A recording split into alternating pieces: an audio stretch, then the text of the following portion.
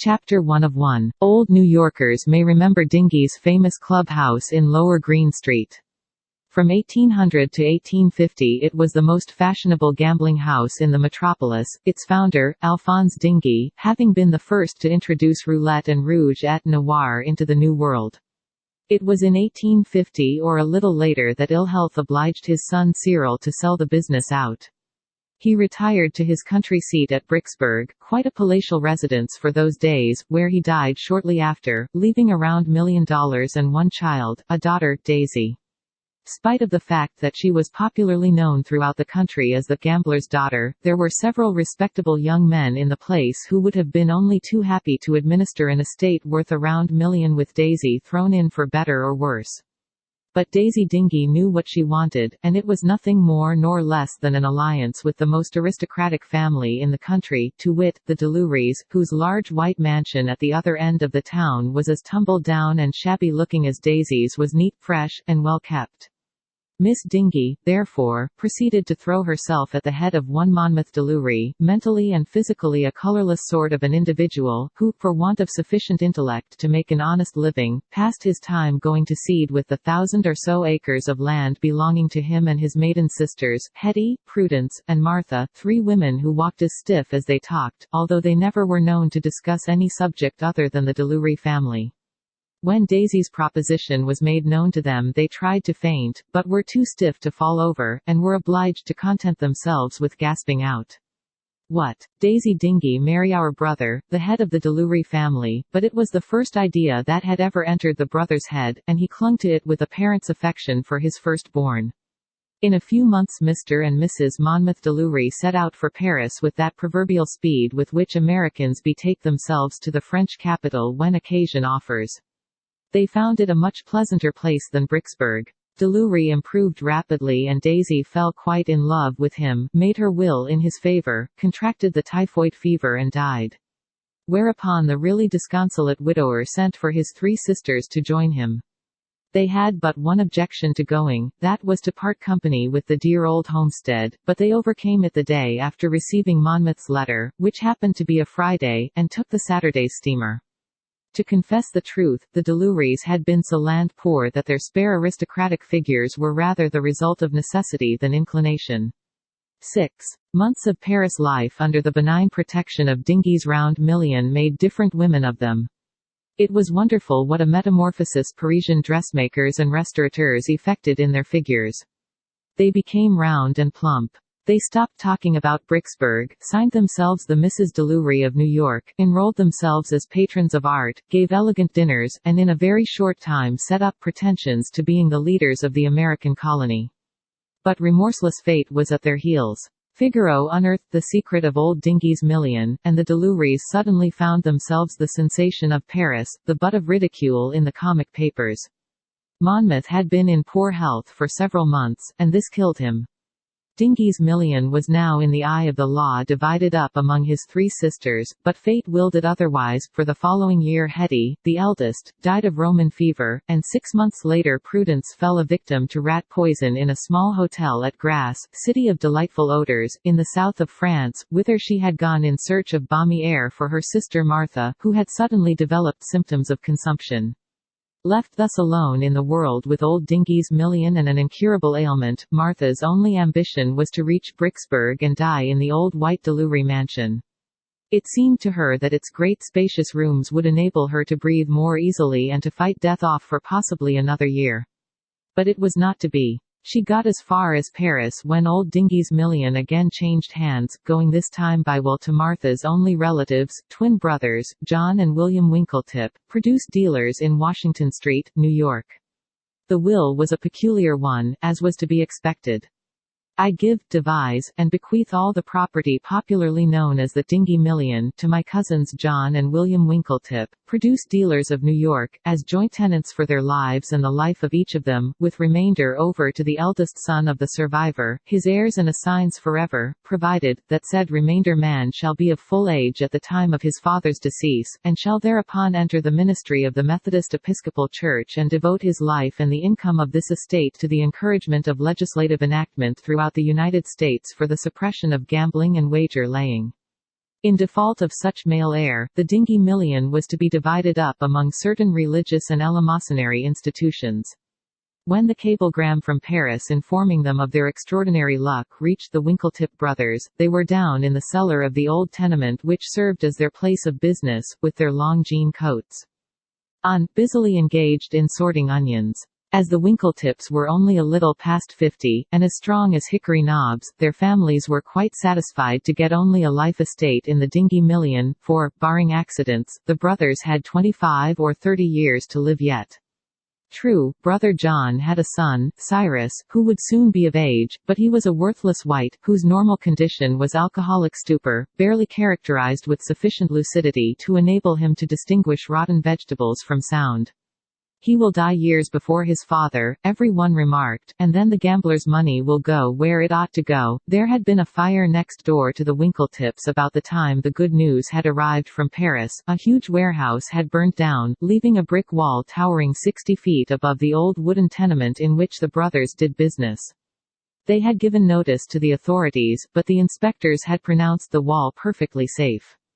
So the two brothers continued to come and go, in their best Sunday clothes, however, for they were only engaged in settling up the old business. Suddenly, without the slightest warning, the huge wall fell with a terrific crash upon the wooden tenement, crushing it like an eggshell. When the two brothers were taken out from the ruins, John was pronounced dead and a coroner's permit was given to remove him to a neighboring undertaker's establishment. William lived 6 hours, conscious to the last and grateful to an all-wise Providence that his worthless nephew would now be excluded from any control over the Dingy Million. John Winkletip was a grass widower, his wife, an Englishwoman, having abandoned him and returned to England, and for many years he had made his home with his only other child, a widowed daughter, Mrs. Timmins, who was openly opposed to many of her father's peculiar notions, as she termed them, one of which was his strong advocacy of cremation, he being one of the original stockholders and at the time of his death a director of the Long Island Cremation Society. Consequently, Mrs. Timmins gave orders that immediately after the coroner's inquest, her father's body should be removed to her residence in Harlem, but as the officers of the Cremation Society held the solemnly executed direction and authorization of their late friend and associate to incinerate his remains, they were advised by the council of their corporation that such an instrument would justify them in taking possession of the remains at the very earliest moment possible and removing it to the crematory. Warned by the undertakers of Mrs. Timmins' threatened interference, they resolved not to risk even the delay necessary to procure a burial casket. In fact, it would be a useless expense, anyway, and consequently John Winkletip began his last ride on earth lying in the cool depths of the undertaker's ice box. As Mrs. Timmins's cab turned into Washington Street she met a hearse, but not until she had reached the undertaker's establishment was her suspicion transformed into certainty by being told that her father's body was already on its way to the crematory. Mrs. Timmins was a long-headed woman. She knew the uncertainties of cab transportation through the crowded streets below Canal, and dismissing her cab at the Chambers Street station of the 3rd Avenue Elevated, she was soon speeding on her way to the Long Island City Ferry.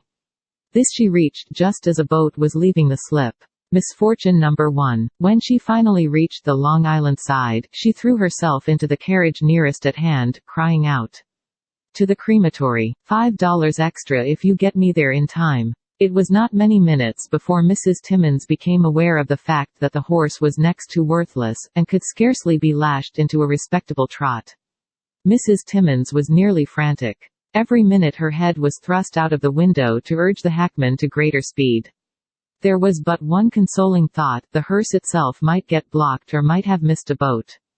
As again and again her head was thrust out of the carriage window her hair became disheveled, for she had removed her hat, and the superstitious Hibernian on the box was upon the point of abandoning his post at sight of the wild and crazed look presented by Mrs. Timmins.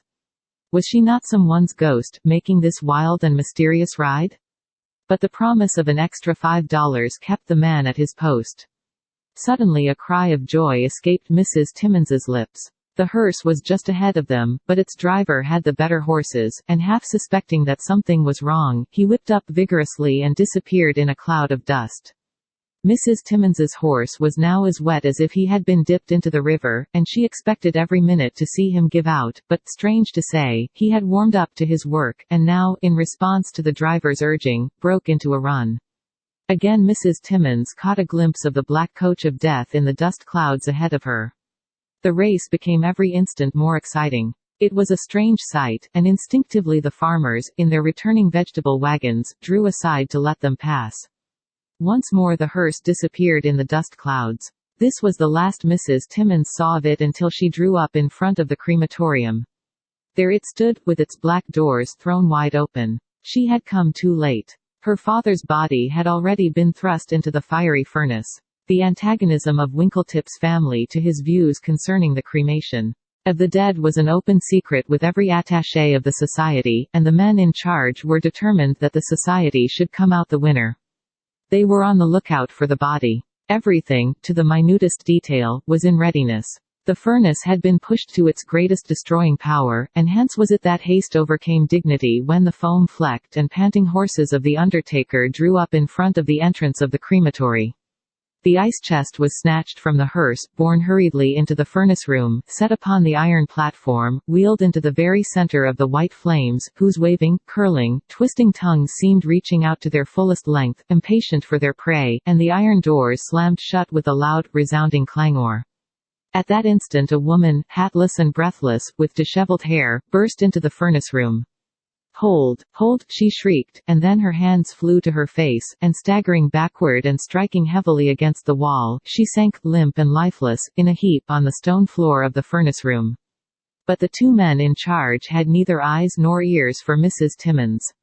As the doors closed they sprang to their posts of observation, in front of the two peepholes, and stood watching the effect of the flames upon the huge ice chest. Its wooden covering parted here and there with a loud crack, laying bare the metal case, from the seams of which burst fitful puffs of steam.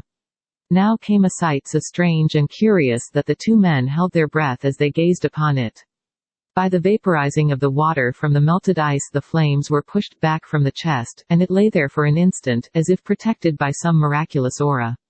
Then happened something which caused the men to reel and stagger as if their limbs were paralyzed by drink, and which painted their faces with as deep a pallor as death's own hand could have laid upon them. From the furnace depths came forth a dull, muffled cry of help. Help! Making a desperate effort, the men tore open first the outer and then the inner doors of the fire chamber. As the air rushed in, the lid of the metal chest burst silently open. Again the cry of help rang out, and two hands quivered for an instant above the edge of the chest, then with a loud and defiant roar the flames closed in upon it, and began to lick it up ravenously. The doors were banged shut, and John Winkletip had his way. But the dingy million seemed to draw back instinctively from the touch of the worthless Cy Winkletip. With loud cries of joy, the various beneficiaries under Martha Deluries will now discovered that Cyrus Winkletip was born on the 11th day of August. And that as his father had departed this life on the 10th day of August, the son was not of full age when his father died. But the law put an end to this short-lived joy by making known one of its curious bits of logic, which so often startle the layman. It was this: the law takes no note of parts of a day, and therefore as Cyrus Winkletip was of age on the first minute of his 21st birthday, he was also of age on the last minute of the day before, consequently on the first minute of the day before he was 21. This gave the dingy million to Cy Winkletip. Under constant and stringent surveillance and tutelage, Cy Winkletip was, after several years of as close application as was deemed safe in view of his weak mental condition, admitted to the ministry in accordance with the provisions of Miss Deluries' will. At last the wicked dingy million seemed safely launched upon its task of undoing the wrong it had done, but Cy Winkletip's mind ran completely down in 5 years and he died a wretched slavering idiot. Mrs. Timmons was inclined to warn off the dingy million with a gesture of horror, but, yielding to the solicitation of her friends, she consented to take title in order that she might create a trust with it for some good and noble purpose. To this end, by a last will and testament she created and endowed the American Society for the Suppression of Gambling and Wager Laying, and then died. The trustees at once began to erect the buildings called for, but before the society had had an opportunity to suppress a single gaming establishment, the lawyers, at the prayer of Mrs. John Winkletip, Mrs. Timmins' mother, fell tooth and nail upon the trust, which was declared too vague, shadowy, and indefinite to be executed, and the Dingy Million, its roundness now sadly shrunken, made its way across the ocean to Mrs. John Winkletip, of Clapham Common, London. She died last year, and with her the wanderings of the Dingy Million came to an end. She willed it to trustees for building and maintaining a hospital for stray dogs and homeless cats, and those learned in the law say that the trust will stand.